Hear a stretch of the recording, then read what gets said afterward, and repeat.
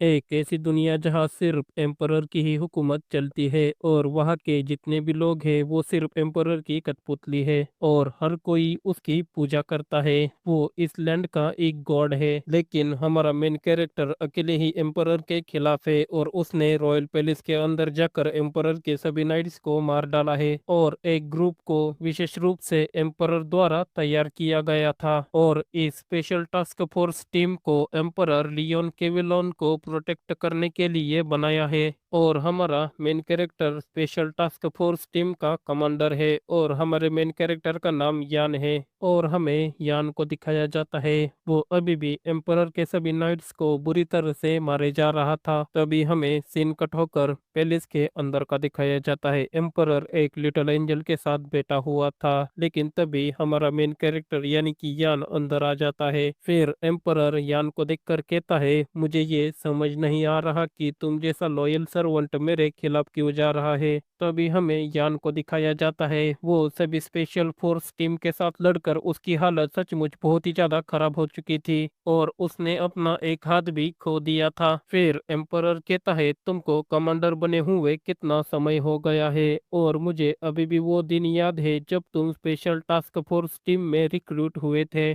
तुमने एक slave soldier के रूप में शुरुआत की थी, फिर तुम कमांडर बन गए और तुमने अकेले ही अपने दम पर सब कुछ हासिल कर लिया। लेकिन क्या तुम मुझ पर किसी बात से नाराज हो? इस पर यान अपने पेट में फंसे हुए स्वॉर्ड के टुकड़े को तोड़ देता है और अपने कान में घुसा देता है। फिर वो अपने कान में से एक बग को निकालते हुए कहता है, किसी के बॉडी में बग को इंजेक्ट करना क्या ऐसा घिनौना काम करते हो तुम? और इस बग की वजह से मैं मेरी सारी मेमोरीज को भूल गया हूँ, सब कुछ हार चुका हूँ, यहाँ तक कि मुझे मेरी फैमिली भी याद नहीं है और मैं खुद कौन हूँ ये भी मुझे याद नहीं है। फिर तभी एम्परर लिटिल एंजल को पकड़ लेता है और उसके सर को खाकर एक स्पेल को कास्ट करता है। तभी हमें दिखाया जाता है एक स्वॉर्ड आकर यान के बॉडी के आर पार चली जाती है। यान भी इसे देखकर काफी ज्यादा हैरान हो जाता है। तभी एम्परर कहता है, मुझे नहीं पता कि तुमने बग को कैसे नोटिस कर लिया, लेकिन ये कितनी शर्म की बात है कि तुम्हें मरना पड़ रहा है। और फिर हंसते हुए कहता है, क्योंकि तुम सिर्फ एक खिलौना हो जिसे मैं बहुत ही ज्यादा पसंद करता हूँ। फिर यान मरते हुए कहता है, क्या मैंने मेरी पूरी लाइफ सिर्फ ऐसे मरने के लिए ही बिताई थी? फिर वो जैसे ही अपनी आंखें बंद करता है तभी उसे एक लड़की की आवाज आने लग जाती है। वो लड़की कह रही थी कि यान उठ जाओ, यान उठ जाओ। फिर यान अपनी आंखें खोल लेता है और अपनी बॉडी को देखकर बहुत ही ज्यादा हैरान होते हुए कहता है, क्या मैं अभी भी जिंदा हूँ? लेकिन ऐसा कैसे हो सकता है? मुझे याद है कि मेरे बॉडी के आर पार एक स्वॉर्ड गई थी। फिर वो चारों ओर देखने लगता है। तभी वो अपने पीछे के पिलर को हाथ लगाते हुए कहता है, ये तो ग्रेट स्टोन स्वॉर्ड है जो special task force training hall का सिंबल है और इस स्वॉर्ड के सामने अनगिनत लोग मर चुके हैं जिनकी काउंटिंग भी नहीं की जा सकती। फिर वो अपनी बॉडी को देखकर कहता है, लेकिन मेरी बॉडी तो छोटी हो गई है और ये कपड़े तो मैं तब पहनता था जब मैं यहाँ पर रिक्रूट हुआ था।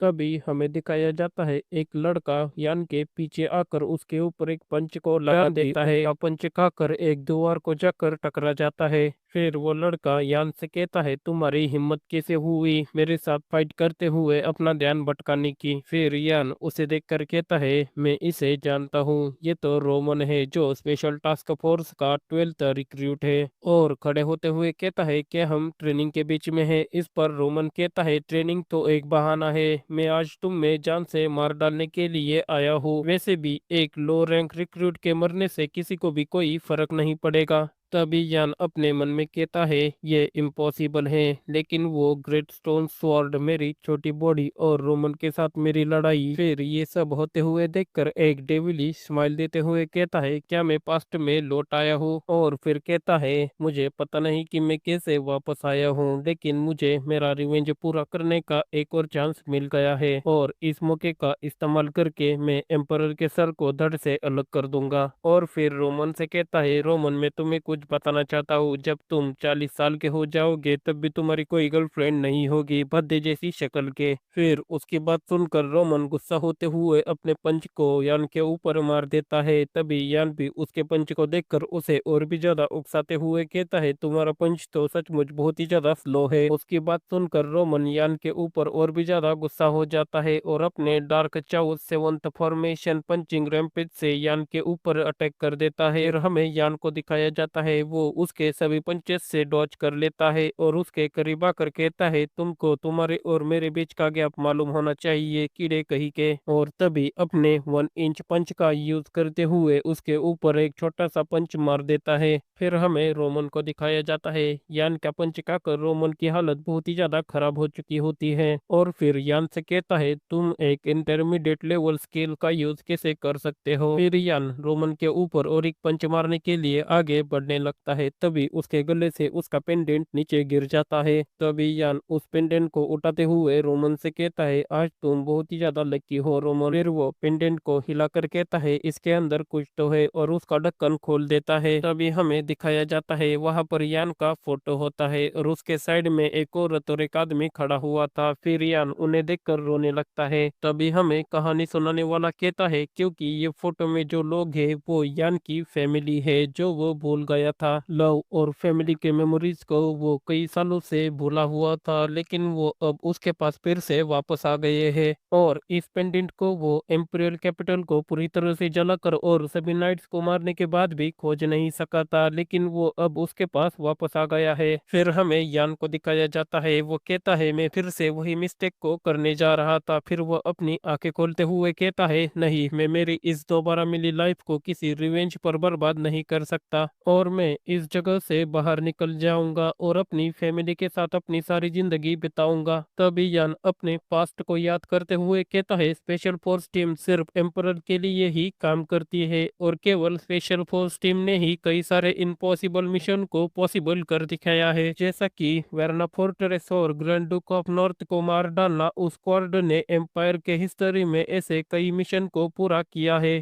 तभी कहानी सुनाने वाला कहता है, और उसके साथ जो इन पावर्स के टॉप पर खड़ा हुआ था वो स्पेशल टास्क फोर्स का कमांडर यान था। यान एम्परर का राइट हैंड मैन था और एम्पायर का सबसे स्ट्रॉन्गेस्ट नाइट। फिर हमें यान को दिखाया जाता है जो दांत पीसते हुए कहता है, वो मेरी बॉडी जिसमें मैं सारे पावर और स्ट्रेंथ को होल्ड करता था, लेकिन अब मैं इतनी खराब सिचुएशन में पहुंच गया हूँ कि मुझे currently mission purification squad cleaner का दिया गया है। वैसे भी स्पेशल टास्क फोर्स में 1000 ट्रेनी सोल्जर्स है और इस जगह जिंदा रहने के लिए हर कोई एक दूसरे को मारकर स्ट्रांग बनता है। इसीलिए यहाँ पर हर दिन 3 से 4 लोग मरते हैं और फिर उनकी जगह किडनैप किए हुए लोग या फिर जो ज्वाइन होने वाले हैं उन लोगों को दी जाती है। वैसे भी ट्रेनी सोल्जर का प्लेस एक ड्रैगन की डेन है जो नॉर्थ के माउंटेन में है और इस जगह के अंदर एक बुलबुलैया जैसा डंजन है। यहाँ पर सभी ट्रेनी सोल्जर्स के स्किल्स को देखकर उनको रैंक अनुसार नंबर दिया जाता है और वे सभी ट्रेनी सोल्जर टेस्ट और कंपटीशन से अपने रैंक को बढ़ा सकते हैं। और इस पिरामिड सिस्टम में आपको मिलने वाली ट्रीटमेंट आपके नंबर के बेस पर बदल सकती है और इसका यूज ट्रेनी सोल्जर्स को कंट्रोल में रखने के लिए किया जाता है। ऐसा इसलिए क्योंकि वो सभी एक दूसरे को हर वक्त नीचे खींचते रहते हैं और एक दूसरे को रोनते रहते हैं। और ऐसी सिस्टम के तहत 900 बैच के सबसे लोवेस्ट रैंक वाले ट्रेनी सोल्जर्स के लिए यहाँ पर जिंदा रहना बहुत ज्यादा मुश्किल है। और फिर आगे चलते हुए कहता है, नॉर्मली उन लो रैंक वाले ट्रेनीज का यूज केवल बाकी के लोगों के ट्रेनिंग में हेल्प करने के लिए ही किया जाता है। और फिर मुस्कुराते हुए कहता है, मैं सचमुच लकी हूँ कि मुझे केवल लेबर का काम ही करना पड़ रहा है। लेकिन तभी उसी वक्त कोई उससे टकरा जाता है और यान के सारे बॉक्स नीचे गिर जाते हैं। फिर यान अपने बॉक्स को उठाते हुए कहता है, क्या तुम्हारे पास आके नहीं है। इस पर वो लड़की जो यान से टकराई थी वो कहती है, सॉरी, मैंने तुमको देखा नहीं। तभी कहानी सुनाने वाला कहता है,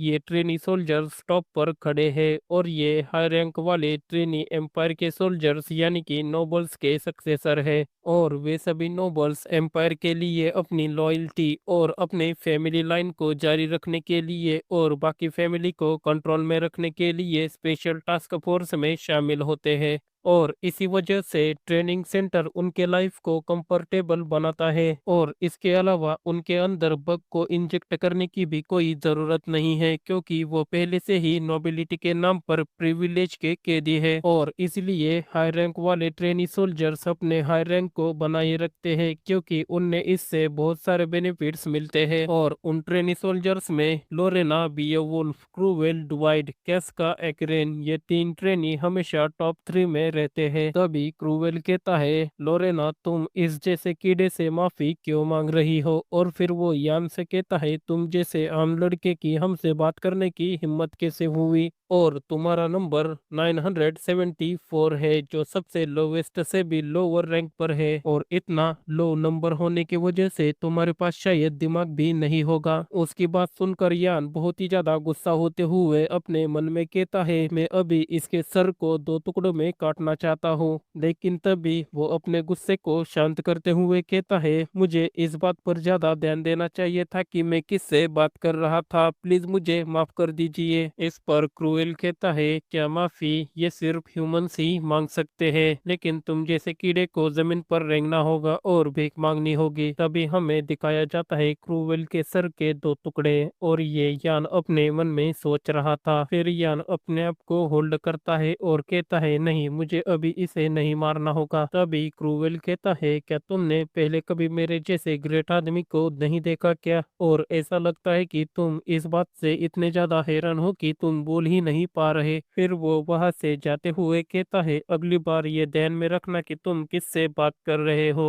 फिर लोरेना भी उससे कहती है, क्रूवेल की बात को दिल पर मत लेना और मुझे माफ कर देना। फिर उनके जाने के बाद यान अपने मन में कहता है, नहीं, मैं इसको मारकर सभी लोगों का अटेंशन अपने ऊपर नहीं खींच सकता। और वो वहां से जाने लग जाता है। तभी उसे किसी का किलिंग इंटेंट महसूस होता है और वो अपने मन में कहता है, ऐसा लगता है कि कोई मेरा घात लगाकर इंतजार कर रहा है। फिर वो अपने मन में कहता है, क्या ये रोमन है? लेकिन ये रोमन का औरत तो नहीं लग रहा। और वहां से जाते हुए कहता है, खैर मैं बेवकूफ बनने का ढोंग करूंगा और यहाँ से चला जाऊंगा। फिर दरवाजे के पास जाकर कहता है, मैं आज बहुत ही ज्यादा थक चुका हूँ। तभी यान से कोई कहता है, मैं कब से तुम्हारा इंतजार कर रही थी। फिर यान उसे देखकर काफी ज्यादा चौंकते हुए कहता है, ये व्यक्ति तो लोरेना बियोवुल्फ है। फिर लोरेना उससे कहती है, तुम्हारा नाम यान है और तुम ट्रेनी सोल्जर नंबर 974 हो, है ना? फिर यान उसे देखकर अपने मन में कहता है, टॉप 10 क्रिमिनल जिनको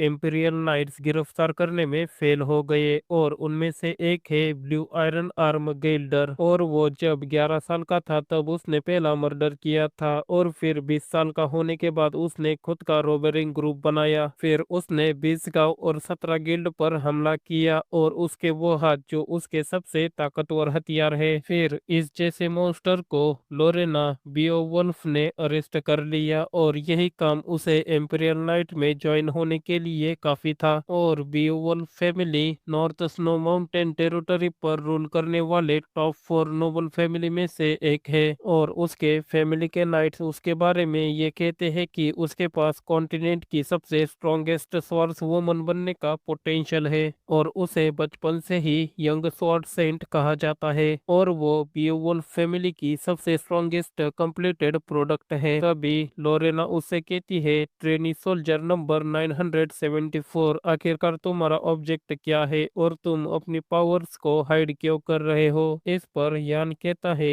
मिस लोरेना, आप किस बारे में बात कर रहे हो? मुझे कुछ भी समझ नहीं आ रहा। फिर लोरेना उससे कहती है, मैंने तुमको ग्रेट स्वॉर्ड स्टेचू के पास ट्रेनिंग करते हुए देखा था। फिर मुझे लगा कि ये तो सिर्फ लोअर रैंक के ट्रेनी सोल्जर्स के बीच का डुअल है, लेकिन फिर मैंने तुम्हारा 1 इंच पंच देखा, जो बाकी सभी के कंपैरिजन में बहुत ज्यादा ही पावरफुल था। लेकिन मुझे ये समझ नहीं आ रहा कि ऐसी स्किल्स होने के बाद भी तुम एक लोअर रैंक के ट्रेनी सोल्जर क्यों हो? इस पर यान कहता है, 1 इंच पंच आखिर ये क्या है? तभी लोरेना कहती है, अच्छा तो ऐसा है, मुझे लगा ही था कि मुझसे कोई गलती हुई होगी। फिर वो यान की तरफ अपना हाथ बढ़ाते हुए कहती है, मेरी इस हरकत के लिए मुझे माफ कर देना। फिर यान भी उसके तरफ अपने हाथ को बढ़ाने लगता है, लेकिन तभी लोरेना उसके हाथ को झटक कर यान के ऊपर एक अटैक को कर देती है। यान उसके पंच को देखकर कहता है, ये तो 1 इंच पंच है, क्या वो मेरा टेस्ट ले रही है? फिर ऐसा है तो अगर मैंने उसके अटैक को डॉज या ब्लॉक कर लिया तो उसको पता चल जाएगा, इसलिए यही बेहतर होगा कि मुझे उसके पंच को खा लेना चाहिए। फिर यान उसके पंच को खाकर जमीन पर गिर जाता है और चिल्लाते हुए कहता है, बहुत ही ज्यादा दर्द हो रहा है, आखिरकार मैंने क्या किया है जो आप सभी मेरे साथ ऐसा बर्ताव कर रहे हो? इस पर लोरेना कहती है, लेकिन तुमको तो इस अटैक को ब्लॉक करना चाहिए था।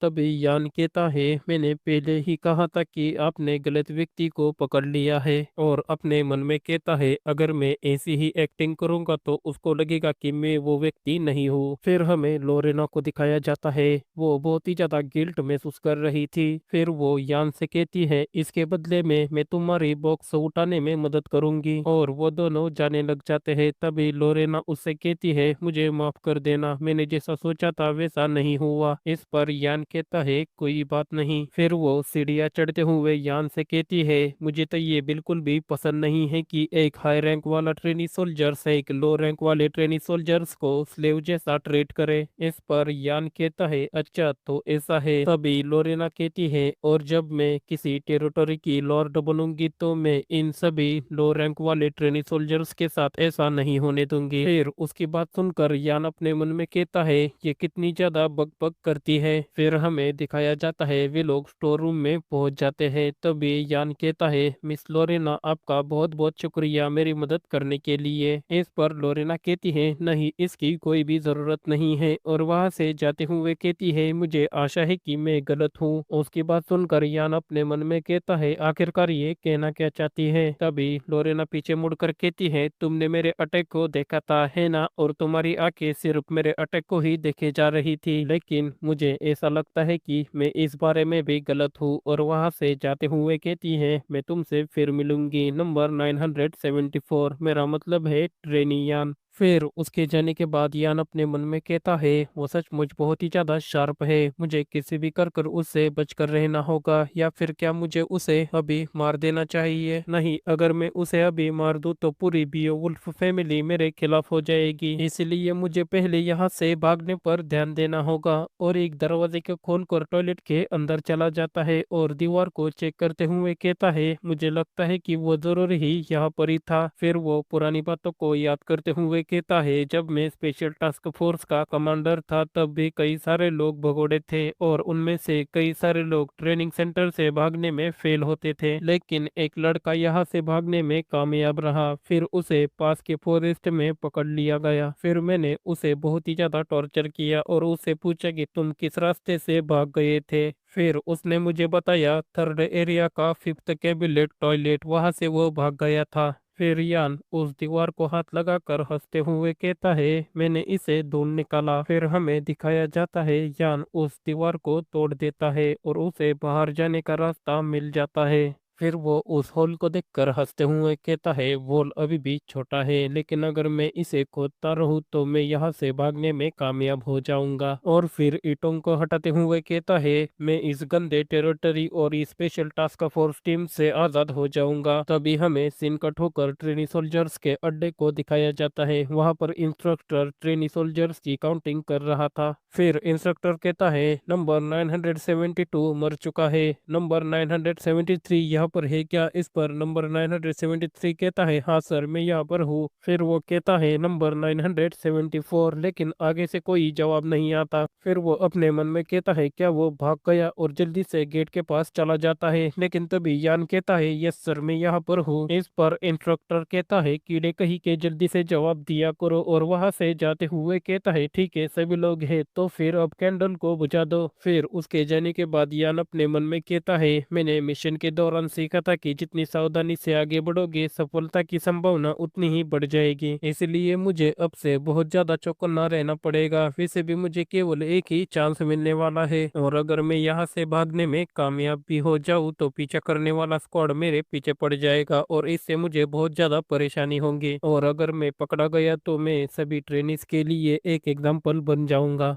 इसलिए मुझे इसे ट्राई करना होगा। लेकिन मुझे नहीं पता कि मेरे करंट बॉडी के साथ ऐसा किया जा सकता है या नहीं, लेकिन मेरे पास कोई दूसरा रास्ता नहीं है। फिर वो कल्टीवेट करते हुए कहता है, डार्क ड्रैगन ब्रीथिंग टेक्निक जो सिर्फ स्पेशल टास्क फोर्स के कमांडर को ही पता होती है। वैसे भी मेरे पास टेक्निक की नॉलेज तो बहुत है, पर मेरी बॉडी उस टेक्निक को कैचअप करने के एबल नहीं है। इसलिए मुझे मेरी बॉडी पर से बोझ कम करने और एनर्जी कोर को बनाने की जरूरत है, जो माना इंजन के रूप में मेरी बॉडी पर काम करेगा। लेकिन मेरे पास इतना ज्यादा समय नहीं है कि मैं सिर्फ डार्क ड्रैगन ब्रीथिंग से एनर्जी कोर को बना सकूं। और इसके अलावा सिर्फ एक ही रास्ता है, मुझे डिवाइन ड्रैगन ब्रीथिंग टेक्निक का यूज करना होगा। फिर वो डिवाइन ड्रैगन ब्रीथिंग टेक्निक को कल्टीवेट करने लगता है। फिर थोड़ी देर बाद उसके बॉडी में माना ओवरफ्लो होने लगता है। फिर वो उसे फील करते हुए कहता है, ऐसा लग रहा है कि जैसे ड्रैगन मेरे पूरे बॉडी में एंटर हो रहा है। फिर यान डिवाइन ड्रैगन ब्रीथिंग टेक्निक के बारे में बताने लगता है। ये टेक्निक इस एम्पायर को खड़े करने वाले पहले एम्परर की सीक्रेट टेक्निक है, और उसने अपने स्वॉर्ड के दम पर कई सारे कंट्रीज को हराया था। और ये टेक्निक बहुत ज्यादा स्ट्रांग है। लेकिन तभी यान को कुछ अजीब महसूस होने लगता है, और वो अपनी बॉडी को देखकर कहता है, मेरा माना मेरी एनर्जी कोर को छोड़ रहा है, और ऐसे ही मैं इसे जारी रहने नहीं दे सकता। इसलिए मुझे अपना बेस्ट देना होगा, जितना हो सके उतना। फिर वो अपने माना से एनर्जी कोर को फिर से जोड़ने लगता है। लेकिन हमें थोड़ी देर बाद दिखाया जाता है यान इसे करने में फेल हो जाता है। फिर वो हफ्ते हफ्ते कहता है, मुझे लगता है कि सीक्रेट टेक्निक से एनर्जी कोर को क्रिएट करना इम्पॉसिबल है, लेकिन वैसे भी मेरी ये बॉडी बहुत ही ज्यादा वीक है। फिर वो पुरानी बातों को याद करते हुए कहता है, ये टेक्निक मुझे एम्परर ने खुद सिखाई थी, पर मुझे पता नहीं कि वो मेरा टेस्ट ले रहा था या फिर मुझे सिखा रहा था। लेकिन मुझे पता है कि दूसरी टेक्निक सीक्रेट स्क्रोल कहाँ पर है, पर मुझे पहले यहाँ से भागने पर ध्यान देना चाहिए, इससे पहले कि वो शुरू हो जाए। तभी सीन कट होकर हमें दूसरे दिन का दिखाया जाता है। फिर एक लड़का कहता है, मैंने सुना है कि जो लोग आज यहाँ पर इकट्ठा हुए हैं उनको आज रिलीज करने वाले हैं। इस पर दूसरा लड़का कहता है, क्या ये सच है? तभी पहले वाला लड़का कहता है, हाँ मैंने भी ऐसा ही सुना है। तभी हमें यान को दिखाया जाता है, जो उन सभी की बातें सुनकर कहता है, ये कैसी बकवास कर रहे हैं, ऐसा होने का कोई भी रास्ता नहीं है, क्योंकि मुझे जितना याद है उसके बेस पर आज ही वो दिन है,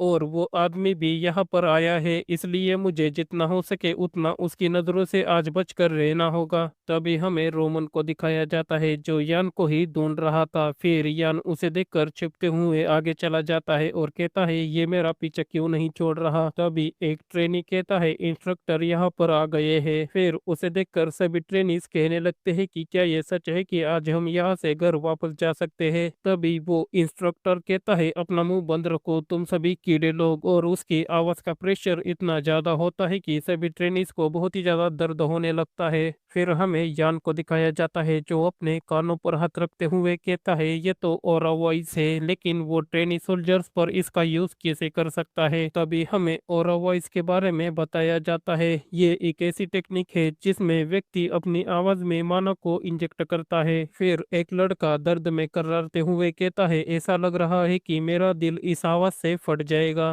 तभी वो इंस्ट्रक्टर कहता है, तुम सभी कचरे के सिवा और कुछ भी नहीं हो, जिनमें कोई भी टैलेंट नहीं है। फिर हमें यान को दिखाया जाता है, जो उसे देखकर अपने मन में कहता है, आखिरकार मैं इस पागल से दोबारा मिल ही गया। फिर हमें इस इंस्ट्रक्टर के बारे में बताया जाता है, यह special task force training centre का इंस्ट्रक्टर कमांडर है, और इसका नाम डोमिना है। फिर डोमिना उन सभी ट्रेनी सोल्जर से कहता है, क्या कोई रीजन है क्या तुम सभी के जिंदा रहने का? तभी हमें इंस्ट्रक्टर को दिखाया जाता है, जो बेहोश हो चुके हुए ट्रेनिस को लेकर जा रहा था। फिर वो जाते जाते सभी ट्रेनिस से कहता है, अपना मुंह बंद रखो और चुपचाप आगे बढ़ो। तभी हमें यान को दिखाया जाता है, जो कहता है, डोमिना के लिए लो रैंक ट्रेनी सोल्जर सिर्फ एक खिलौना है, और अगर मैं यहाँ से भागने से पहले अगर उसकी नजरों में आ गया तो मैं पक्का ही मारा जाऊंगा। फिर हमें डोमिना को दिखाया जाता है, जो सभी ट्रेनी सोल्जर से कहता है, यहाँ पर हर कोई ट्रैश है, और तुम सभी के पास सोसाइटी में सबसे खराब टैलेंट और स्टेटस है, और अगर मेरे बस में होता तो मैं तुम सबको कब का मार चुका होता। फिर हंसते हुए कहता है, लेकिन तुम चिंता मत करो, क्योंकि एम्परर ने तुम सभी को एक आखिरी मौका दिया है मर्सेनरी प्रोजेक्ट में सिलेक्ट होने का, और ये ऐसा प्रोजेक्ट है जहां मेंबर्स को सिलेक्ट किया जाएगा जो हमारे एम्परर यानी कि एम्पायर के ड्रैगन को प्रोटेक्ट कर सके। फिर सिलेक्टेड लोगों को ड्रैगन वॉरियर के रूप में एम्परर को प्रोटेक्ट करने का हॉनर मिलेगा। तभी यान अपने मन में कहता है रियलिटी कुछ अलग ही है। वे लोग ट्रेनी सोल्जर्स के हेड में एक बग को इंजेक्ट करते हैं और उसका ब्रेन वॉश करते हैं, और यही इस प्रोजेक्ट का मेन मोटिव है, और उन सभी लोगों को एम्परर की कठपुतली बना दी जाएगी। तभी डोमिना अपने हाथ फैलाते हुए कहता है सभी लोग देखो हमारे मेजेस्टी कितनी ज्यादा महान है, और तुम सभी को इनकी दया के लिए थैंकफुल होना चाहिए। इस पर सभी ट्रेनी सोल्जर्स तालियां बजाने लगते हैं। तभी यान अपने मन में कहता है मुझे डोमिना के सामने अपनी प्रोफाइल को लो रखना होगा। तभी एक लड़का अपने हाथ को ऊपर उठा देता है। उसे देखकर यान अपने मन में कहता है अब ये कौन है, और ये लड़का होता है रोमन, जो कहता है क्या ड्रैगन वॉरियर होना इतना ही ज्यादा ग्रेट है, और अगर मुझे ग्रेट प्रोजेक्ट में पार्टिसिपेट लेने के लिए चुना जाता है तो, और गुस्सा होते हुए कहता है तो मुझे शायद तुम्हारे इस अरेगेंट चेहरे को पीटने का मौका मिलेगा। तभी हमें दिखाया जाता है रोमन के चेस्ट को चीरते हुए एक लेदर बीम निकल जाती है। उसे देखकर यान अपने मन में कहता है ये तो फिंगर फ्लिप आर्ट है। फिर डोमिना कहता है क्या तुम ठीक हो, मुझे लगा था कि तुम बहुत ही ज्यादा स्ट्रांग होंगे क्योंकि तुम इतने कॉन्फिडेंस से बोल रहे थे, लेकिन तुमको तो देखकर लग रहा है कि तुम तो सिर्फ एक इंसेक्ट हो। तभी हमें रोमन को दिखाया जाता है जो जमीन पर गिर चुका होता है। उसे देखकर सभी ट्रेनिस उसके पास आकर कहने लगते हैं क्या ये मर चुका है। फिर उसे देखकर यान अपने मन में कहता है अगर मैं उसके ब्लड को रोक दूं तो वो बच जाएगा, लेकिन मैंने उसकी हेल्प की तो ये मेरे लिए बहुत डेंजरस हो सकता है। फिर हमें रोमन को दिखाया जाता है वो खड़े होते हुए कहता है तुमने अभी अभी क्या कहा कि हम कीड़े हैं। इस पर एक लड़का कहता है प्लीज रोमन शांत हो जाओ। फिर रोमन कहता है तुम ही तो लोग हो जो हमें यहाँ पर जबरदस्ती लेकर आए हो, और अगर हम जैसे कीड़ों को तुम लोग लेने आ जाते हो तो तुम खुद कौन हो। और इस गंदी गलियों में जिंदा रहने के लिए हमने हर तरह के काम किए और हर तरह का अपमान सहा, क्योंकि हम ऐसा करेंगे तो ही हमारी लाइफ बच सकती है। और अगर ड्रैगन वॉरियर बनना इतना ही ज्यादा इम्पोर्टेंट है तो तुम लोग खुद ही अपने एम्परर की प्रोटेक्शन क्यों नहीं करते। फिर उसकी बात सुनकर डोमिना कहता है एक जिद्दी कीड़ा बिल्कुल ही एक कॉकरोच की तरह, और फिर अपने फिंगर फ्लिप आर्ट का यूज करते हुए कहता है मैंने सुना है कि कॉकरोच का सिर काटने के बाद भी कॉकरोच जिंदा रहता है, और रोमन के ऊपर एक अटैक को कर देता है। लेकिन तभी इन मौके पर वहां पर क्रिस्टल मोली आ जाता है और वो अटैक सीधा ही क्रिस्टल मोली से टकरा जाता है, और उसकी वजह से वहां पर एक जोरदार धमाका हो जाता है। फिर उसे देखकर डोमिना कहता है क्या एक क्रिस्टल मोली, लेकिन ये यहाँ पर कैसे आ गया। तभी हमें रोमन को दिखाया जाता है जो उस अटैक के इम्पैक्ट की वजह से बेहोश हो चुका होता है। फिर उसे देखकर एक ट्रेनी कहता है ये तो बेहोश हो चुका है, इसे जल्दी से यहाँ से ले जाना होगा। फिर हमें बताया जाता है वो क्रिस्टल मोली यान का था। फिर यान उसे देखकर कहता है मैंने एक क्रिस्टल मोली को वेस्ट कर दिया, वो मुझे टॉयलेट में मिला था, मैंने वही उसे पकड़ लिया और अपने साथ रख दिया क्योंकि आगे जाकर मुझे इसकी ज़रूरत पड़ जाती, लेकिन मैंने नहीं सोचा था कि मैं इसका इतनी जल्दी इस्तेमाल करूंगा। वैसे भी मेन प्रॉब्लम ये है कि अगर कमांडर ने मुझे नोटिस किया होगा तो मैं बहुत ही ज़्यादा मुसीबत में पड़ सकता हूँ। फिर हमें डोमिना को दिखाया जाता है जो कहता है वो वाकई एक कॉकरोच की तरह है, वो मुझे पसंद आया, और वहां से जाते हुए कहता है सभी लोग यहाँ से चले जाओ। फिर यान उसे जाते हुए देखकर कहता है मैं बच गया, और रोमन की तरफ देखकर कहता है ये बेवकूफ कहीं का, आज इसकी वजह से मैं एक बहुत बड़े खतरे में पड़ सकता था। फिर हमें डोमिना को दिखाया जाता है वो हंसते हुए कहता है ये बहुत अच्छा है, मुझे एक इंटरेस्टिंग खिलौना मिल गया है। तो गाइस डोमिना ने खिलौना रोमन को कहा है या फिर यान को, ये तो हमें बाद में पता चल जाएगा। और यहाँ पर ही सीन कट हो जाता है और हमें उसी टॉयलेट को दिखाया जाता है। फिर हमें यान को भी दिखाया जाता है वो उस टनल से रेंगते हुए आगे जा रहा था। फिर यान कहता है मुझे अपना गार्ड डाउन नहीं करना, और ये तीसरा दिन है जो मैं यहाँ पर खोदने के लिए लिए आया हूँ और यहाँ पर बहुत ही ज्यादा गंदी स्मेल और अंधेरा है, लेकिन मैं अपने डार्क माना का यूज करते हुए यहाँ पर देख सकता हूँ। फिर हमें दिखाया जाता है यान टनल को खोदने लगता है, तभी उसके चाकू से कुछ चीज टकरा जाती है।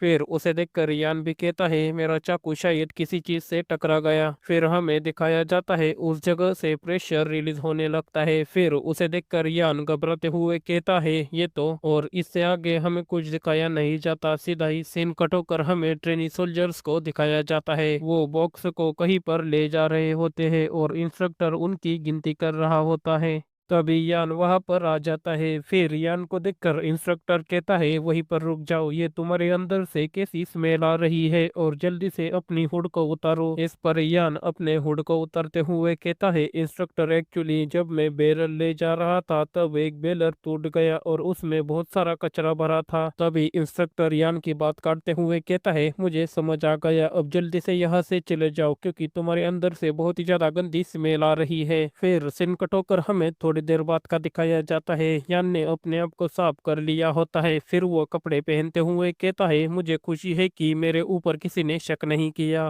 फिर वो उस इंसिडेंस को याद करते हुए कहता है मुझे उम्मीद नहीं थी कि मैं उन सभी चीजों के नाली पाइप से जाकर टकरा जाऊंगा, और वो बिल्कुल ही ड्रैगन के टट्टी जैसा था। आखिरकार ये सभी लोग ऐसा क्या खा रहे हैं, लेकिन चिंता की कोई बात नहीं है क्योंकि मैंने भागने के लिए जितने चीजें लगती है उन सभी चीजों को इकट्ठा किया है और मेरी बॉडी भी कुछ हद तक तैयार है। लेकिन मुझे लगा था कि मैं मर ही जाऊंगा क्योंकि इतने कम समय में मुझे इतनी ज्यादा ट्रेनिंग करनी पड़ी थी, लेकिन मेरी ट्रेनिंग के रिजल्ट बहुत ही अच्छे आए हैं, इसलिए ये ठीक है। फिर यान को किसी की आवाज सुनाई देने लगती है। फिर हमें दिखाया जाता है वहां पर दो इंस्ट्रक्टर एक दूसरे से बात कर रहे थे। तभी उनमें से एक आदमी कहता है मैंने ये रूमर सुने हैं कि इंस्ट्रक्टर कमांडर जल्द ही उनके पोस्ट से हटने वाले हैं। फिर उनकी बात सुनकर यान अपने मन में कहता है क्या वो पोस्ट से हट रहा है, और मुस्कुराते हुए कहता है ये तो बहुत ही अच्छी इंफॉर्मेशन है। फिर वहां से जाते हुए कहता है अगर वो आसपास नहीं होगा तो ये मेरे लिए एक बहुत अच्छा मौका है यहाँ से भाग निकलने का।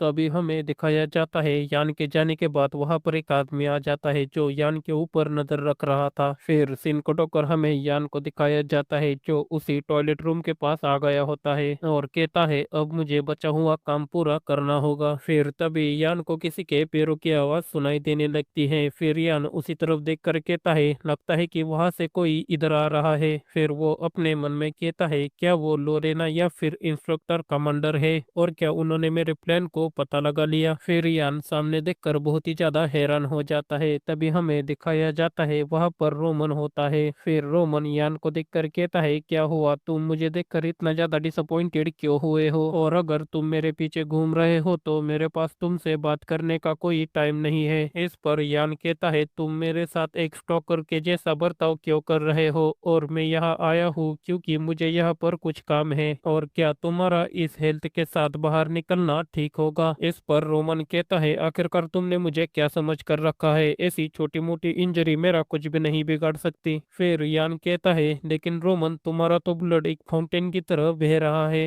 इस पर रोमन कहता है ये तो सिर्फ एक छोटी मोटी खरोच है और ज्यादा कुछ नहीं। तभी यान वहां से जाते हुए कहता है बढ़िया, मुझे खुशी है कि ये सिर्फ एक छोटी खरोच है, अब मैं चलता हूँ क्योंकि मेरे पास करने के लिए काम है। फिर रोमन कहता है खैर मुझे भी लगता है कि तुम बहुत ही ज्यादा बिजी हो, और फिर भारी आवाज में कहता है लेकिन तुम एक होल को क्यों खोद रहे हो। उसकी बात सुनकर यान भी काफी ज्यादा हैरान हो जाता है। तभी रोमन हंसते हुए कहता है और अगर ये इंस्ट्रक्टर को पता चल जाएगा तो कितना अच्छा होगा, क्या तुम इससे बच पाओगे। उसकी बात सुनकर यान बहुत ही ज्यादा गुस्सा हो जाता है और पलक झपकते ही रोमन के पास पहुंच जाता है, और फिर अपने डार्क चाउ 16 फॉर्म डार्क हंट का यूज करते हुए रोमन के ऊपर एक अटैक को कर देता है जिससे रोमन बहुत ही ज्यादा जख्मी हो जाता है। लेकिन तभी हमें दिखाया जाता है ये यान सिर्फ अपने मन में सोच रहा था। फिर यान अपने मन में कहता है अगर मैं रोमन को यहाँ से बाहर ले जाऊँ तो चीजें बहुत ही ज्यादा आसान हो जाएगी। तभी रोमन कहता है क्या हुआ, तुम कुछ क्यों नहीं बोल रहे, और तुम इतने घबराए हुए हो कि तुम ठीक से बोल भी नहीं पा रहे। खैर मैं समझता हूँ कि अगर तुम यहाँ से भागने की कोशिश करोगे तो तुमको मार दिया जाएगा, और तुमको शायद ये उम्मीद नहीं थी कि मैं तुम्हें पकड़ लूंगा। वैसे भी तुम्हारे पास कहने के लिए कुछ भी नहीं है, तो बेहतर यही होगा कि तुम मुझसे अपनी जान की भीख मांगो और इसके बदले में मैं यहाँ पर जो कुछ भी हुआ था वो सब भुला दूंगा। इस पर यान कहता है तुम ऐसा कुछ भी नहीं करोगे, मुझे पता है, क्योंकि तुम स्पेशल टास्क फोर्स टीम को मेरे से भी ज्यादा नफरत करते हो और तुम अपने होम टाउन में वापस जाने के लिए मर भी सकते हो और तुम भी यहाँ से भागना चाहते हो।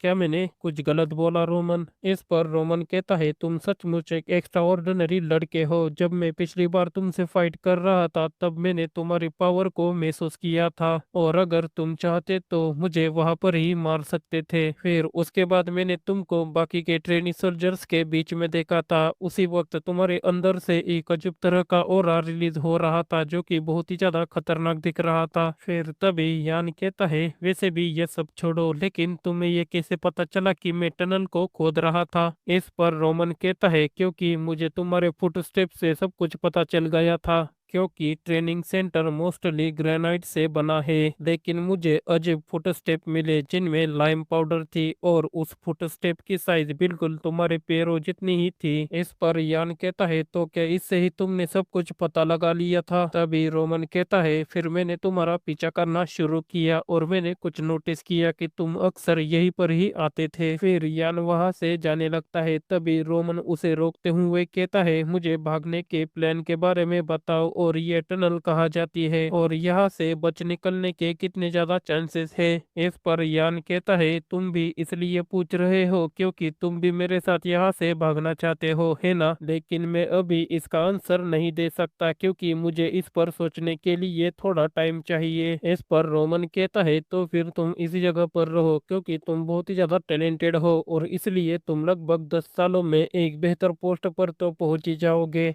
फिर यान कहता है लेकिन उन लोगों का क्या होगा जिनने हम बचने की कोशिश कर रहे हैं, और अगर तुम मेरे साथ ज्वाइन होते हो तो हम ज्यादा दिन यहाँ पर नहीं रहेंगे। फिर उसकी बात सुनकर रोमन कहता है क्या तुम्हारे पास इस जगह से भागने के बाद कोई प्लान है? इस पर यान कहता है क्या तुम मेरे प्लान को जानना चाहते हो तो फिर सुनो, हमारी रैंक में 962 प्लेसेस का गैप है। अगर हम बच गए तो इंस्ट्रक्टर डेफिनेटली मेरे पीछे पड़ेगा। तभी रोमन कहता है क्योंकि मैं कब्र में रहूंगा और इसलिए इंस्ट्रक्टर तुम्हारे पीछे पड़ेगा, है ना? इस पर यान कहता है मैंने जितना सोचा था तुम उससे भी कहीं ज्यादा होशियार हो। फिर उसकी बात सुनकर रोमन अजीब शक्ल बनाते हुए कहता है ये कॉम्प्लीमेंट है या फिर कुछ और? तभी यान कहता है अब बस हुआ, मैं सिर्फ तुम्हारा फैसला सुनना चाहता हूँ, तो जल्दी से मुझे बताओ तुमने क्या फैसला किया है। फिर रोमन थोड़ी देर सोचने के बाद कहता है मेरे पास तुम्हारे साथ शामिल होने के अलावा दूसरा कोई भी और रास्ता नहीं है। तभी हमें सीन कट होकर उसी रात ट्रेनिंग सेंटर को दिखाया जाता है।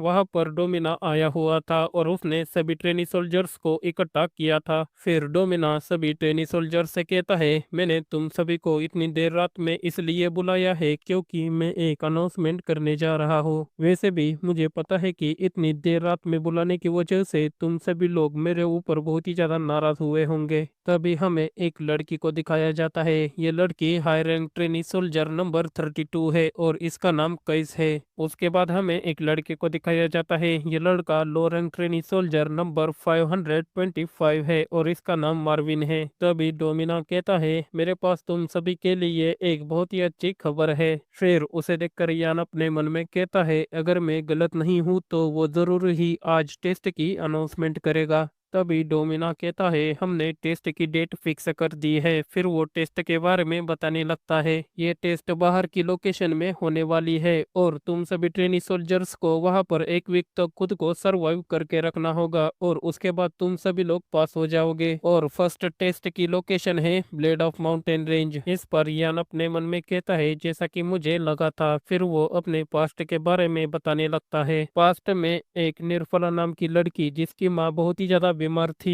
और उसकी माँ के इलाज के लिए एक मेडिसिन हर्ब की जरूरत थी और निर्फला को मालूम था कि वो medicine herb blade of mountain range में उगती है। फिर वो अपनी माँ से कहती है माँ अब चिंता मत करो, मैं मेडिसिन हर्ब को ढूंढ लाऊंगी। फिर वो उस मेडिसिन को ढूंढने के लिए ब्लेड ऑफ माउंटेन रेंज में चली जाती है, लेकिन वहां पर उसे एक मॉन्स्टर खा जाता है। फिर ब्लेड कहता है ऐसा कहा जाता है कि उसकी माँ आखिरी सांस तक उसका इंतजार करती रही, लेकिन निर्मला की माँ को अपने बेटी के साथ जो कुछ भी हुआ वो कभी पता नहीं चला और लास्ट में मेडिसिन हर्ब न मिलने की वजह से वो भी मर गई, क्योंकि ब्लेड ऑफ माउंटेन रेंज में काउंटलेस मॉन्स्टर रहते हैं और एम्पायर के अंदर उसे बहुत खराब एरिया माना जाता है। और इसकी शुरुआत गॉब्लिन के अपेयर होने से हुई थी और उस माउंटेन के जितना अंदर जाओगे उतने ही ज्यादा मॉन्स्टर खतरनाक हो जाएंगे। और उसके अलावा वहां पर ऐसे खतरनाक और विशालकाय मॉन्स्टर है जिनके बारे में अभी तक दुनिया को पता नहीं है। और वहां के मॉन्स्टर्स अपने अंदर बहुत ही ज्यादा टेरिफाइंग पावर पोजेस करते हैं। और माउंटेन के सबसे गहरे हिस्से में रहने वाला मॉन्स्टर वो है। उसी वक्त सीन कट होकर हमें डोमिना को दिखाया जाता है। वो सभी ट्रेनी सोल्जर्स से कहता है, क्या तुम सभी ट्रेनी सोल्जर्स एक्साइटेड नहीं हो? और मैं बहुत ही ज्यादा क्यूरियस हूँ कि तुम में से कितने कीड़े अगले वीक तक खुद को सरवाइव कर पाएंगे, क्योंकि तुम सभी कीड़ों के मरने के बारे में सोचकर मुझे बहुत ही ज्यादा खुशी महसूस हो रही है। तभी एक इंस्ट्रक्टर आकर कहता है, मुझे माफ कर देना कमांडर, लेकिन मुझे आपको एक रिपोर्ट करनी है। इस पर डोमिना कहता है, कैसी रिपोर्ट?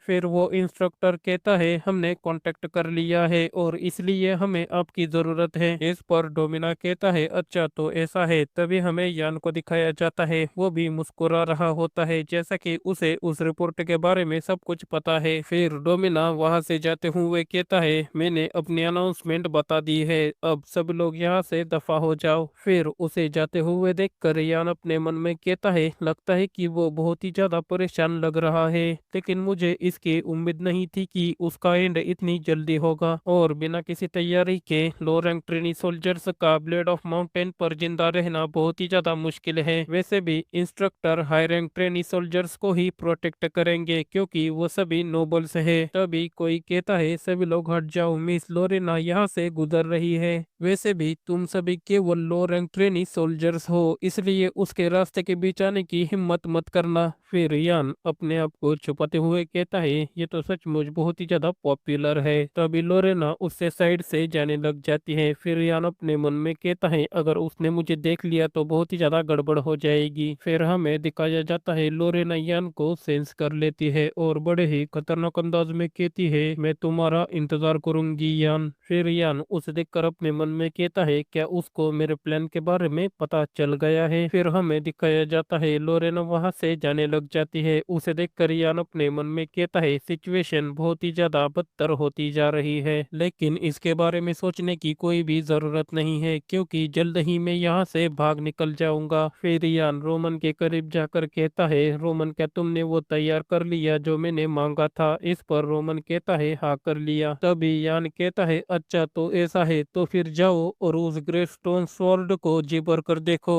इस पर रोमन कहता है, लेकिन मैं उस जैसी किसी घटिया चीज को क्यों देखूं? फिर यान कहता है, क्योंकि तुम ये कल नहीं देख पाओगे। यान की बात रोमन को तो कुछ भी समझ नहीं आती। फिर यान कहता है, मुझे अच्छे से पता है कि इंस्ट्रक्टर कमांडर को क्या मैसेज मिला है। जरूर उसे एम्परर ने पैलेस पर बुलाया होगा क्योंकि एम्परर को फर्स्ट टेस्ट की सिचुएशन की रिपोर्ट चाहिए होगी। वैसे भी कमांडर पैलेस के किसी भी व्यक्ति को पसंद नहीं करता, लेकिन फिर भी वो इम्पीरियल ऑर्डर्स के खिलाफ नहीं जा सकता। और इसके साथ ही मुझे लगता है कि जरूर मेरे भागने के प्लान में कोई तो अनकनो हलचल हो गई है। और रोमन से कहता है, आज रात हम यहाँ से भाग जाएंगे। फिर हमें सीन कट होकर रात का दिखाया जाता है। इंस्ट्रक्टर सभी ट्रेनी सोल्जर्स की काउंटिंग कर रहा था। फिर सभी नंबर्स की गिनती करने के बाद वो लास्ट में यान का नंबर पुकारता है, नंबर 974 कहा है। इस पर हर बार की तरह सामने से कोई भी जवाब नहीं आता। फिर इंस्ट्रक्टर गुस्सा होते हुए उसके गेट के पास चला जाता है और कहता है, तुम कीड़े कहीं के तुम हर बार इतना लेट आंसर क्यों देते हो? लेकिन तभी यान उसके पीछे से आकर उसके सर को मोड़ देता है और कहता है, तो फिर चलो इसे शुरू करते हैं। फिर हमें दिखाया जाता है, यान और रोमन के साइड में और भी दो लोग ज्वाइन हुए होते हैं। फिर यान उन दोनों से कहता है, जल्दी से इसकी लाश को छुपाओ क्योंकि अब शिफ्ट का टाइम हो गया है। फिर यान की बात सुनकर टूड जैक से कहता है, जल्दी से इसे साफ करो। इस पर जैक इंस्ट्रक्टर की लाश को ले जाते हुए कहता है, ठीक है। तभी हमें रोमन को दिखाया जाता है जो कि यान से कहता है, यान जैसा कि तुमने कहा था मैंने और दो को भी लेकर आया हूँ। इस पर यान कहता है, क्या वो कैपेबल भी है? तभी रोमन कहता है हाँ ऑफ कोर्स। फिर रोमन कहता है क्या तुम उन्हें चारे के रूप में इस्तेमाल करना चाहते हो? इस पर यान कहता है अगर मेरा ऐसा इंटेंशन होता तो मैं तुमको उन दोनों को लाने के लिए भी नहीं कहता, क्योंकि मैं तुम्हारा ही यूज कर सकता था।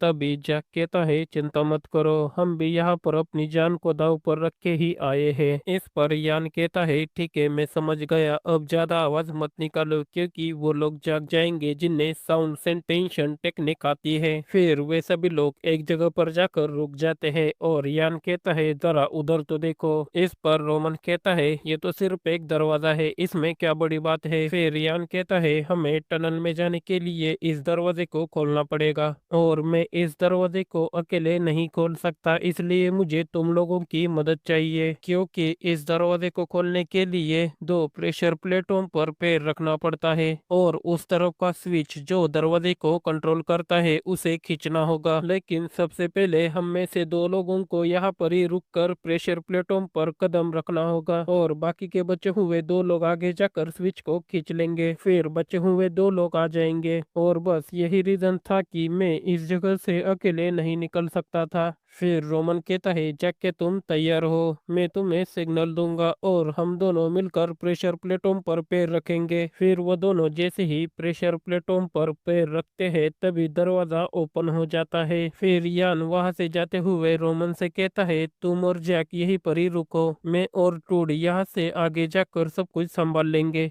तभी रोमन यान से कहता है रुको, लेकिन हमें कब तक यहाँ पर पैर रखना पड़ेगा? इस पर यान कहता है जब तक मैं सिग्नल न दूं तब तक। फिर यान और टूड वहां से चले जाते हैं और उनके जाने के बाद 5 मिनट बीत जाता है। तभी रोमन कहता है वे लोगों को गए हुए 5 मिनट से ज्यादा समय हो गया है लेकिन अभी तक कोई भी सिग्नल नहीं आया। फिर अचानक ही दरवाजा बंद हो जाता है। तभी रोमन उसे देखकर बहुत ही ज्यादा घबरा जाता है और दरवाजे पर हाथ मारते हुए कहता है यान तुम धोखेबाज कहीं के तुम कीड़े, तुम्हारा पहले से ही यही इंटेंशन था हमें स्टार्टिंग में ही छोड़ देना, और मुझे ये बात उसी समय समझ लेनी चाहिए थी जब तुमने पहले जाने का फैसला किया था। तभी यान रोमन से कहता है कीड़े कहीं के तुमने अभी अभी क्या कहा, और दरवाजा खुलने लगता है। फिर दरवाजा खुलते हुए देखकर रोमन कहता है क्या ये यान तुम्हारी वॉइस है? फिर यान कहता है मैंने तो सिर्फ तुमको थोड़ी देर वेट करने के लिए कहा था, क्या तुम इतना भी नहीं कर सकते क्या? फिर खून पोंछते हुए कहता है और किसने कहा कि मैं तुम सभी को ऐसे ही छोड़कर चला जाऊंगा? फिर यान के बॉडी पर ब्लड देखकर रोमन कहता है आखिरकार वहां पर क्या हुआ है और तुम्हारे बॉडी पर ये ब्लड कैसा है और टूड कहाँ है? फिर यान उनको ले जाते हुए कहता है हम दोनों ठीक है, बस मैं इसलिए देर से पहुंचा क्योंकि कुछ अनएक्सपेक्टेड हुआ। इस पर रोमन कहता है क्या हुआ था? फिर यान कुछ दिखाते हुए कहता है मैंने सोचा था कि अगर मैं इसे स्लीपिंग पिल्स खिलाऊंगा तो ये सो जाएगा, लेकिन ये काम ही नहीं किया। इस पर रोमन उसे देखकर हैरान होते हुए कहता है ये तो ग्रेट वोल्फ है और वाकई ये एक बहुत बड़ी बात है, तुमने इसे अकेले ही मार डाला। फिर अपने मन में कहता है मैंने जितना सोचा था यान उससे तो कई ज्यादा पावरफुल है। तभी यान कहता है अब हमें यहाँ से चलना चाहिए। तभी कहानी सुनाने वाला कहता है जैसा प्लान में था बिल्कुल वैसा ही हुआ। वे सभी यान के द्वारा खोदे गए टनल का यूज करते हुए ट्रेनिंग एरिया के बाहर के एरिया में पहुंच गए। फिर यान बाहर आते हुए कहता है ऐसा लगता है कि हम सब ठीक ठाक बाहर आ गए हैं। तभी हमें दिखाया जाता है रोमन उस गड्ढे में फंस गया था और कह रहा था प्लीज मुझे जल्दी से बाहर निकालो। फिर यान चोटी के पास जाकर कहता है ऐसा लगता है कि अभी भी इस एरिया में कोई भी नहीं रहता, और अपने मन में कहता है उन्हें शायद अब पता चल गया होगा कि हम वहां से भाग गए हैं और जल्द ही वे लोग हमारे पीछे लग जाएंगे। तभी रोमन वहां पर आकर कहता है मुझे यकीन नहीं हो रहा कि हम वहां से इतनी आसानी से भाग निकले, और ऐसा लग रहा है कि मैंने अपनी लाइफ बहुत ही ज्यादा बर्बाद की है।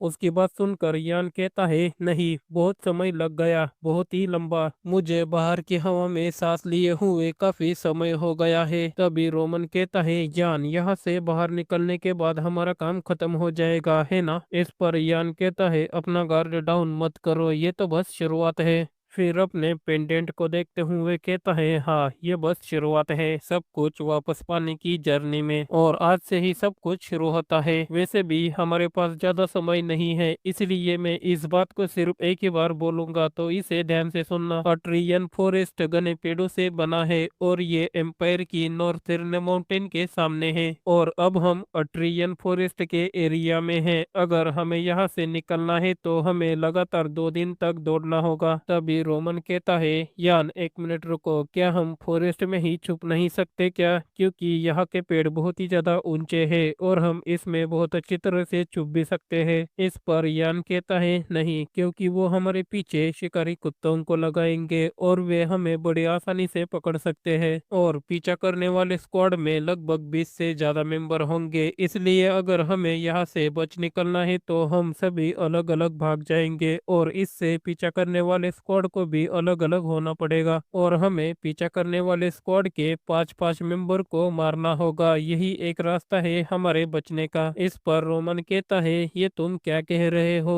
हम लोग तो सिर्फ चारा बन जाएंगे, क्योंकि वे सभी हाई रैंक वाले ट्रेनी सोल्जर्स हैं। फिर यान कहता है, तुम अब शिकायत क्यों कर रहे हो, वैसे भी मैंने तुम सभी से कहा था कि कड़ी ट्रेनिंग करना, और अगर हम चारों एक साथ रहेंगे तो वो हम सभी को पकड़ लेंगे, इसलिए हमें अलग अलग होना पड़ेगा ताकि हम में से कम एक तो बच सके। तो ये तय रहा, हम चारों अलग अलग डायरेक्शन में दौड़ेंगे, अब कोई इस पर सवाल नहीं पूछेगा। तभी रोमन कहता है, रुको, मुझे एक बात समझ नहीं आ रही, ये बोर्ड हम सबका एक नंबर है ना। और फिर गुस्सा होते हुए कहता है, लेकिन मेरे बोर्ड में तुमने बेवकूफ क्यों लिखा है। फिर यान उसके बात को इग्नोर करते हुए कहता है, ठीक है, अगर कोई और सवाल नहीं है तो हमें यहाँ से चलना होगा। तभी जैक कहता है, यान तुम्हारा बहुत ही ज्यादा शुक्रिया, अगर तुम नहीं होते तो हम इस खतरनाक जगह से कभी निकल नहीं पाते। फिर अपनी हुड उतारते हुए कहता है, मैं डेफिनेटली इसका रिपेयर जरूर करूंगा। तभी हमें दिखाया जाता है जैक की एक आँख सफेद होती है। फिर उसे देखकर यान अपने मन में कहता है, जैक, मैंने सोचा था कि वो एक ऑर्डिनरी ट्रेनी सोल्जर है, लेकिन शायद उसके पास इस जगह से भागने का एक रीजन भी होगा।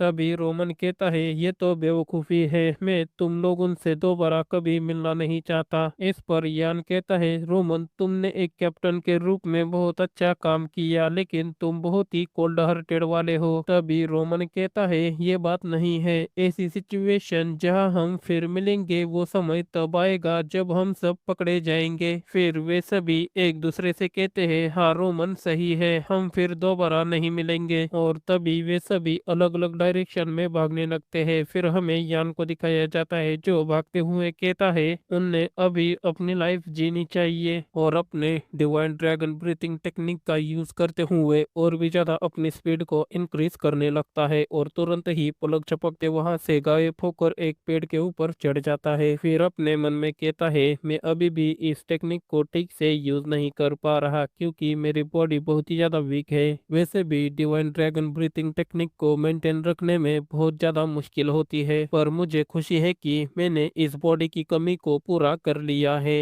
लेकिन इसमें बॉडी को स्ट्रॉन्ग करने वाली टेक्निक के साथ माना फ्लो नहीं होता। फिर हंसते हुए कहता है, वैसे भी मैं उन बच्चों से क्या उम्मीद कर रहा था, मैं तो सचमुच बहुत ही ज्यादा पेथेटिक हूँ। और अपने पास्ट को याद करते हुए कहता है, मैं 5 स्पेशल फोर्स का कमांडर हूँ, और मैं एक ऐसा व्यक्ति हूँ जो ट्रैकिंग, असेसियन और स्पाई में सबसे बेस्ट माना जाता हूँ। तभी हमें सीन कट होकर ट्रेनिंग एरिया का दिखाया जाता है। तो इंस्ट्रक्टर सीढ़ियों में से जा रहे थे, तभी उनमें से एक इंस्ट्रक्टर कहता है, क्या पीछे करने वाले स्क्वाड से कोई कांटेक्ट हुआ। इस पर दूसरा इंस्ट्रक्टर कहता है, नहीं। फिर पहला वाला इंस्ट्रक्टर कहता है, बेवकूफ, उनने इतना ज्यादा समय क्यों लग रहा है, हमें जल्दी से जल्दी उन लोगों को पकड़ना होगा, इससे पहले कि वो पागल कमांडर फिर से वापस आए। तभी कमांडर पीछे से अचानक ही आकर उसके कंधे पर हाथ रख देता है और कहता है, मुझे लगता है कि ये इम्पॉसिबल है, क्योंकि वो पागल आदमी पहले ही वापस आ गया है। उसे देखकर इंस्ट्रक्टर घबराते हुए कहता है, कमांडर, आप यहाँ पर कब कब आए। उसकी बात सुनकर इंस्ट्रक्टर पहले तो उसे गुस्से से देखने लगता है, फिर लेकिन अचानक ही हंसते हुए कहता है, अरे ये सब कुछ तो होता रहता है, प्लीज रिलैक्स हो जाओ। फिर वो इंस्ट्रक्टर कहता है, मैं माफी चाहता हूँ, मैंने जल्दबाजी में कुछ ज्यादा ही बोल दिया।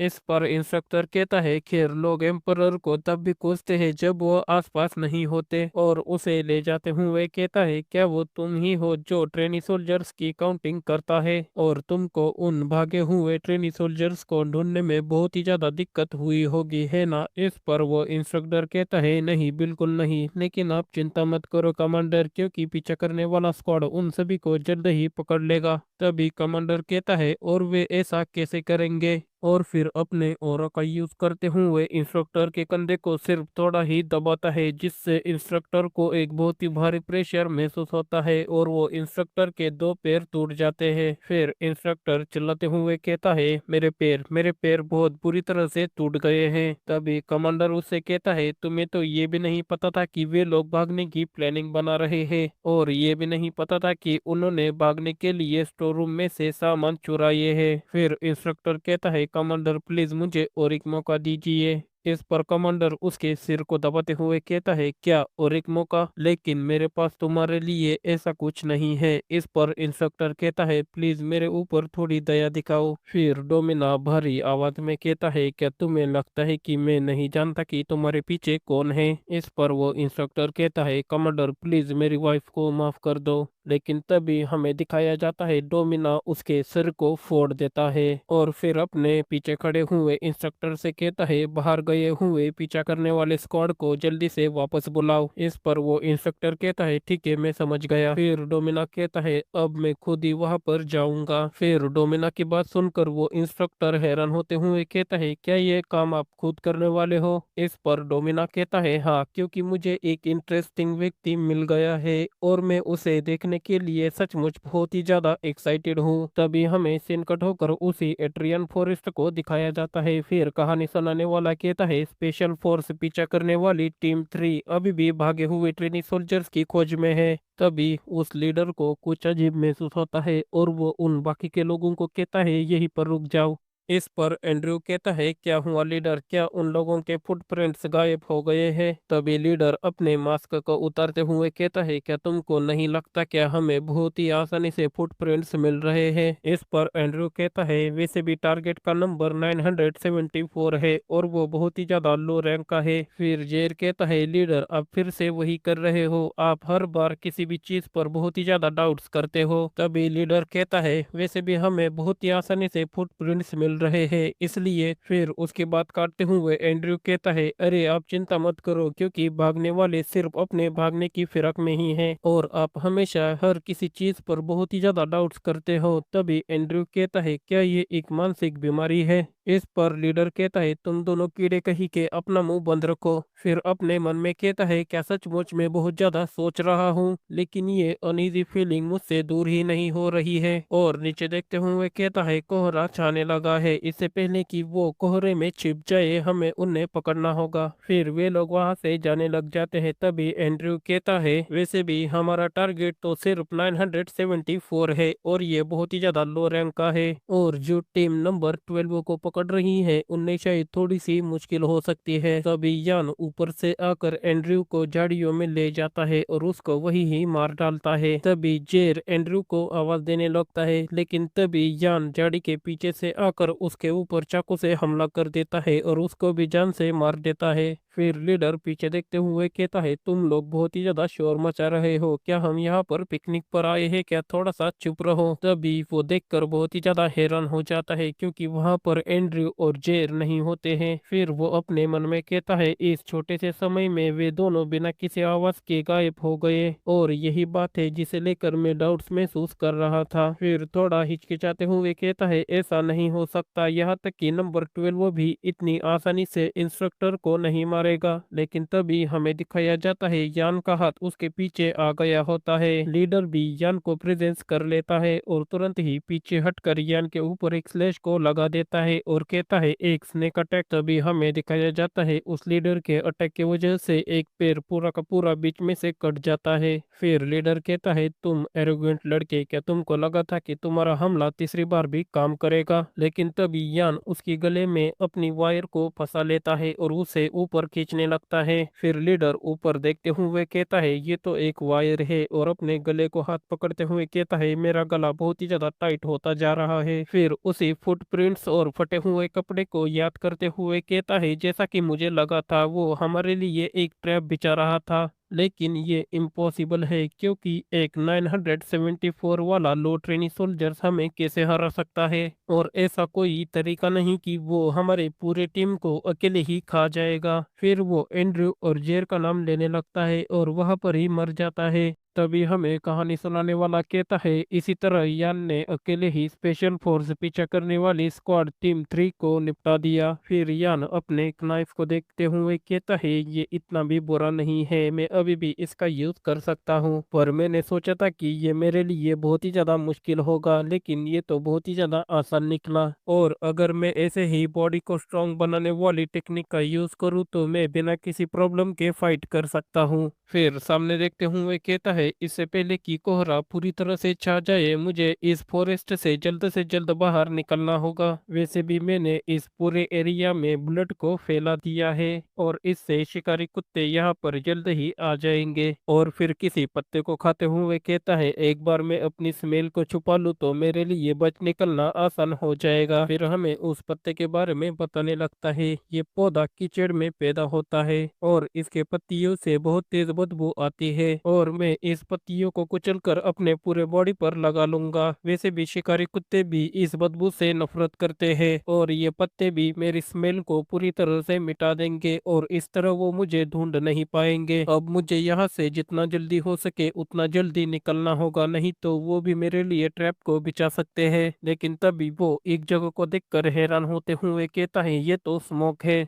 पर पीछा करने वाला स्क्वाड कभी भी ऐसा नहीं करेगा। मुझे ऐसा लग रहा है कि वहां पर जरूर ही चेक और टूड होंगे। वे बेवकूफ कहीं के, क्या वे सोचते हैं कि वे लोग यहाँ पर कैंपिंग के लिए आए हैं? लेकिन ये समय मेरे लिए दूसरों के बारे में चिंता करने का नहीं है। वैसे भी मैं उन्हें चारे के रूप में यूज करने के लिए यहाँ पर लाया था और ये मेरे लिए बेहतर है। तभी वो जैक और टूड की भोली शक्ल को याद करने लगता है और उनकी तरफ जाते हुए कहता है, वे इडियट लोग, उनके लिए अभी जिंदा रहना ज्यादा फायदेमंद है। और फिर अपने डिवाइन ड्रैगन ब्रीथिंग टेक्निक का यूज करते हुए कहता है, मुझे पीछा करने वाले स्क्वाड से पहले उन लोगों के पास पहुंचना होगा। तभी यान को किसी की प्रेजेंस महसूस होती है और यान काफी ज्यादा घबरा जाता है और अपने मन में कहता है, आखिरकार ये कौन है? और ऐसी खौफनाक नजरें मैंने वॉर में कई बार महसूस की है और मुझे ऐसा लग रहा है कि मेरे पीछे कोई भयानक चीज है जो मुझे ही देखे जा रही है और मुझे उसका किलिंग इंटेंट साफ साफ महसूस हो रहा है। तभी यान से कोई कहता है, मुझे खुशी है कि तुमने चारा खा लिया और जब मैंने पहली बार तुमको देखा था तब मैंने यही सोचा था कि तुम एक इंटरेस्टिंग लड़के हो, ठीक वैसे ही जैसे तितली के पंख फड़फड़ाते हैं। और वैसे भी मैं सोच रहा था कि तुम मुझे क्या इंटरेस्टिंग दिखाओगे। फिर यान के पीछे आकर कहता है, मैं जानता था कि तुम एक बहुत बड़ा तूफान मचाओगे। और ये होता है डोमिना जो यान से कहता है, और मेरा जजमेंट सही था।